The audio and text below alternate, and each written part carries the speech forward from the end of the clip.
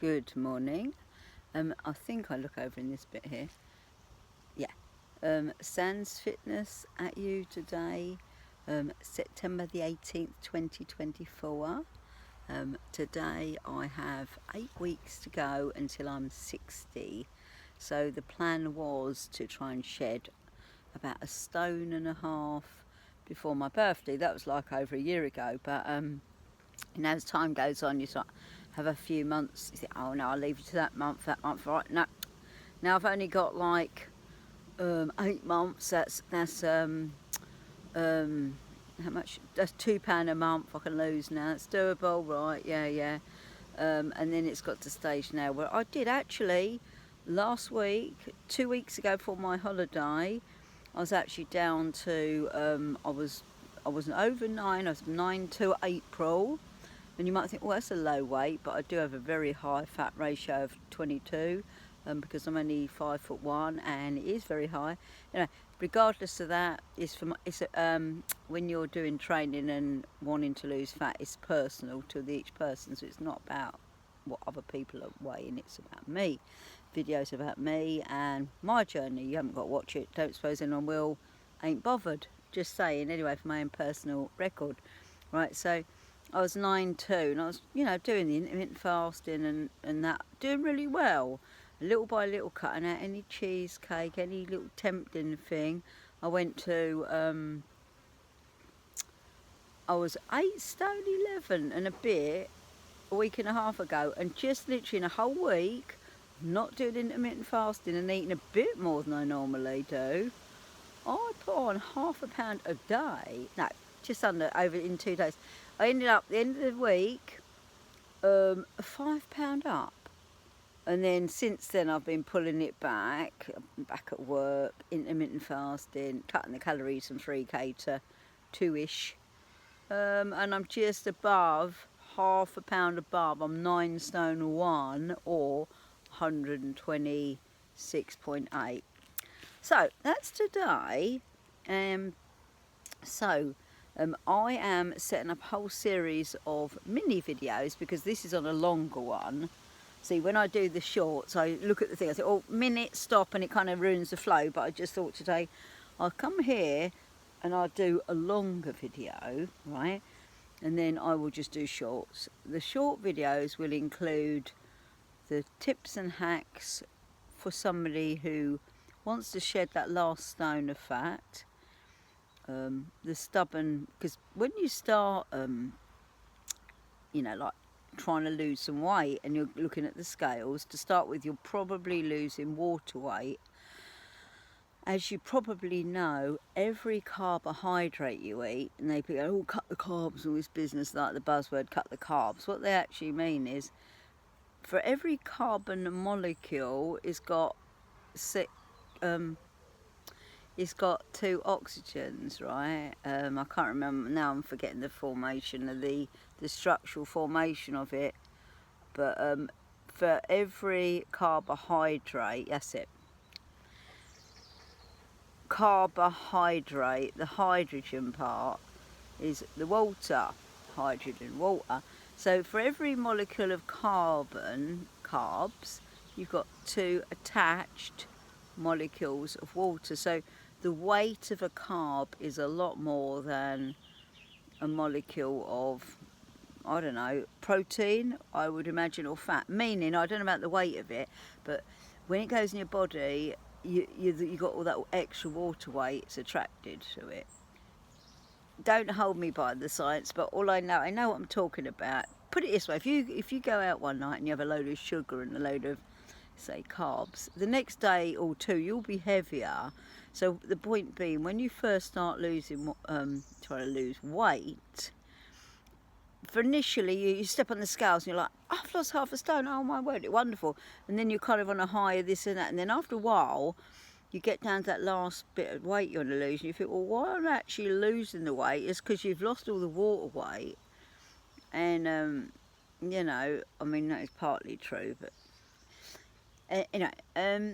it really is, the secret of losing fat is, people say it's about the calories in, calories out. It's not true. What it actually is about is, and the science has proved it, and I have read many books, to quote Dr. Eric Berg, Michael Moorcock, bless his soul, but he is a guru.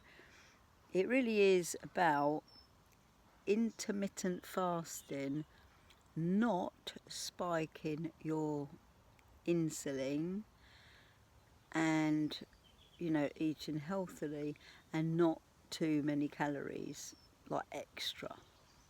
Okay, so to summarise it, let's say you want to lose a stone, right? So you need a plan and your brain needs a target, okay? My best advice is get a little book, write down your weight, right? To start weight, day, set a time. Let's say you want to think, oh, nice, I like Sunday. Maybe you're not as busy working, so it's got to be a day when you're not busy working if you're not working on a Sunday. I do sometimes. So measure yourself, record it, like bars, thigh, inner thigh, all that. Do all in private. Put your tape measure away, and that's only to be done once a month. Record it, write your weight. The worst thing to do, which I always do, is jump on the scales every day, and then some days it's like you put on the scales and think, oh, I've done all right today. I mean, sometimes that can lead you into a false sense of security to think, well, I can actually eat a little more today, but sometimes it can actually put you on a real high. You think, oh my word, I've lost 2 pounds, and it's really working.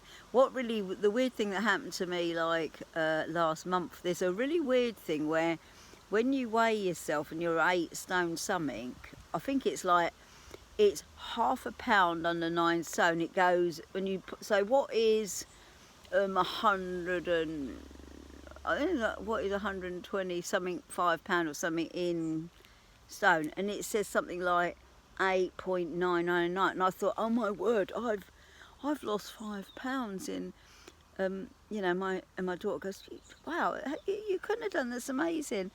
And it was it's a miscalculation because it's the way it's written. So if you know what I mean, if you start doing that and you get down to those numbers and you do, my scales are stuck on pounds. I don't like kilograms because I don't know what they mean, because I am actually, as I probably said, 8 weeks exactly away from 60, and I work in pounds and stones. All right. So I have started taking HRT about 2 weeks ago. I heard a podcast about it, and I thought, first of all, like most people, thought it was for perimenopausal or menopausal women, with the symptoms, hot flashes, blah, blah, blah, irritability, mental fog, that sort of thing. But I don't really have that so much as I have the thing where I thought, well, I'm not as quite sharp. My energy is high, but I thought I need it to be really super high. I'm constantly taking I take SUPs, which I will tell you about another day. Different various SUPs, safe ones that I take in little amounts throughout the day. Like say, for instance, I might take Korean ginseng before I go to work. No, sorry, I take that at 6 o'clock before my work gets really busy in care work, bedtime routines. I have 5 blend mushroom complex before I go to work with kefir milk. That doesn't break the fast.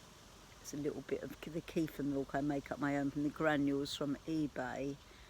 They're about a £5, and I put it with milk, or I actually use thick cream and add a tiniest bit of sugar, make it up over, let it change into sort of clotty, sort of thicker milk, and then I put it in the fridge. And then when I'm really hungry and I don't want to break my intermittent fast, I have a little bit of that with, like I say, different supplement.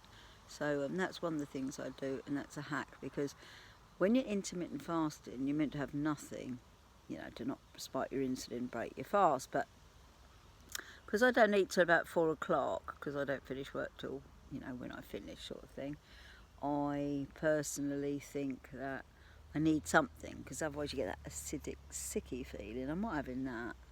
you know, have to concentrate on working and stuff. So what I do is I have the kefir milk, and if I'm really, really hungry, I make up this batch of psyllium husk, spelt PHYSLLUM, husk. It's a fibre. It often comes from India. It's a fibre on the of a husk of whatever, psyllium, whatever that is. It's about varying prices. I buy like a big bag, and in fact I've run out. It lasts me 2 years. I bought a really good load. I use 2 teaspoons in with the milk, and maybe some blueberries or whatever fruit's going at the moment, like blackcurrant or whatever. Blackcurrant, blackcurrant, blackberries, or if I've got nothing in, grated apple, whatever. So I put that in, I mix it in, and sometimes make it a little bit more tasty. I put like a tablespoon of thick cream in it, a little bit of stevia powder, which took me over 2 years to get into the taste of it. I have stevia powder all the time, tiniest bit. Sometimes it sort of leaves with a little bit of green granules at the bottom. You don't drink that. Sweeten your tea, sweeten your coffee. Slightly aniseedy taste. Get used to it. Far better than putting in a tablespoon of sugar, brewing your intermittent fasting. I like to, last thing at night, I have half a teaspoon of sugar with my tea. It's just something I like to do.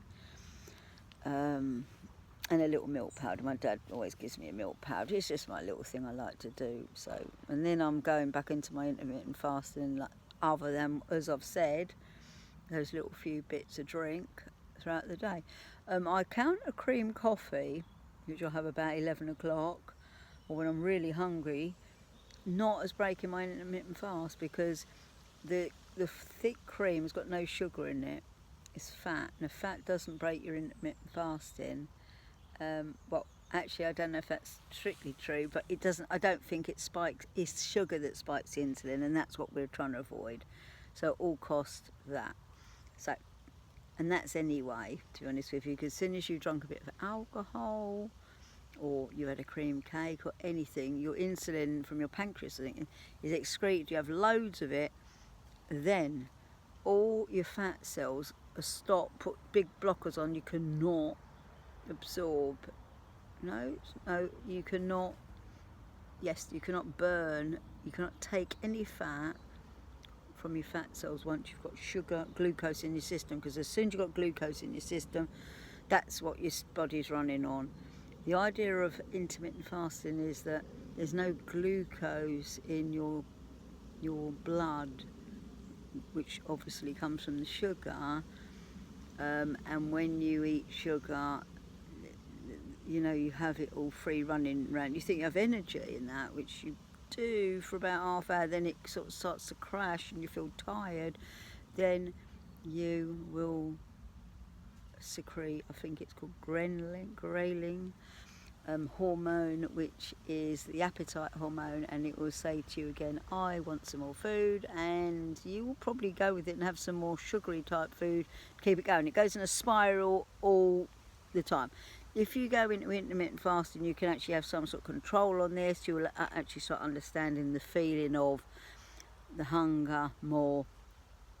And I'm talking about people that have access to food regularly. I'm not talking about people that are misfortuned and that. So I'm talking, you know, I'm lucky enough to have regular food and grateful for it, and that's what I'm talking about. Okay, I'm not talking about anything else today.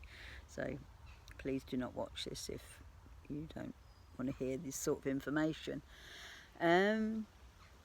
So that's that really. I've lost the train of thought there on something more serious. Yeah, so that's what I'm doing. So basically today I just thought I'd do a quick little, well, I say quick, it's now, well, 14 minutes. I mean, I rarely get on watching my stuff anyway, so I'm not really worried.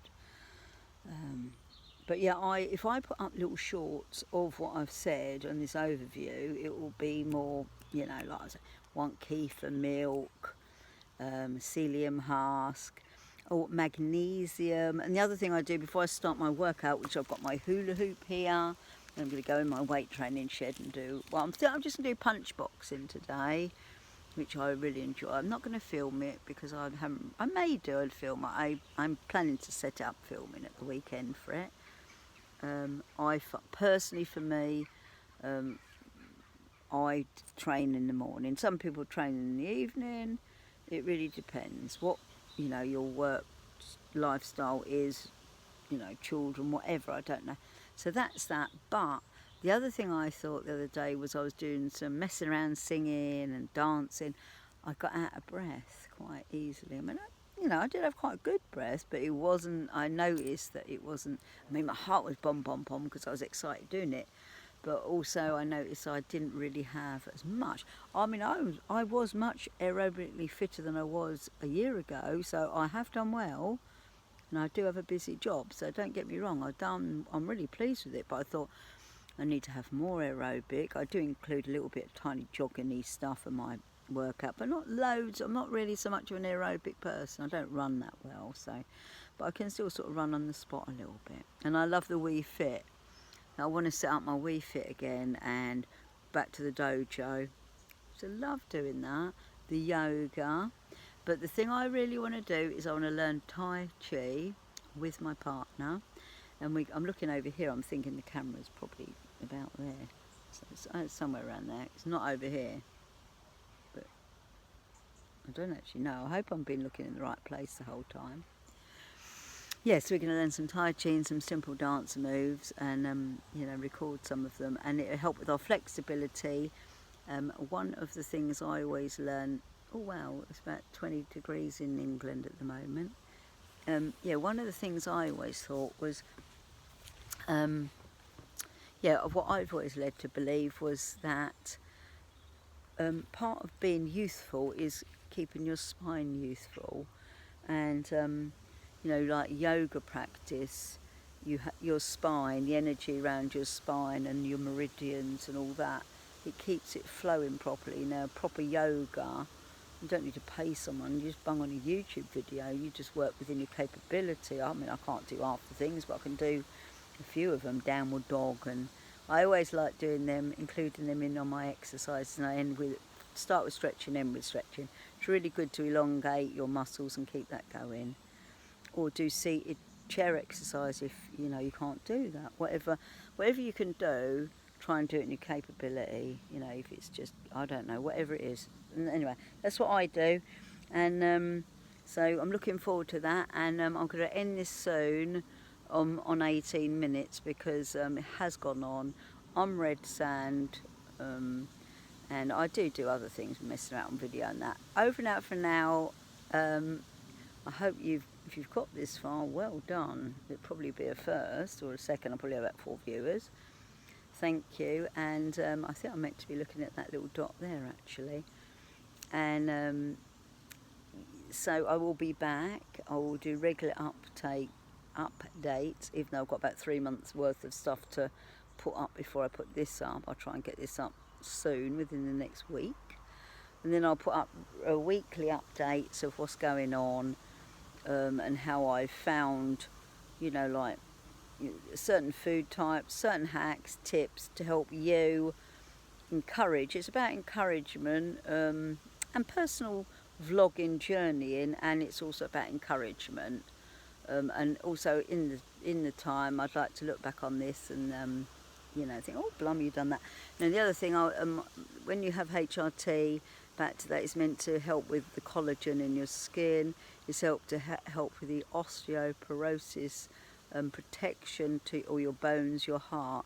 The negative sides of having estrogen gel, progesterone micronized, which is the bioidentical formula, is far outweighs any, for my personal risk, any possible, not having it, because basically women produce this. Women, yes, just women, only women, biological women produce estrogen generally and testosterone in a little bit, but my testosterone level has been checked, it's fine. And progesterone, and for your flows, your monthly blah blah blah babies, and when you hit 50, you stop producing. it can have negative effects on you. Some people it's very severe. For me, not so severe, but I thought with, you know, another 7 years of busy work life, etc., I thought I really need to sort of keep my game up.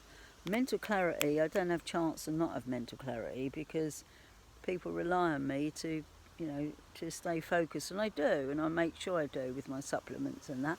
So week 2 into HRT, I'm finding it quite, yeah, I'm thinking it's definitely starting to help me, and starting to feel more confident, more like my old self.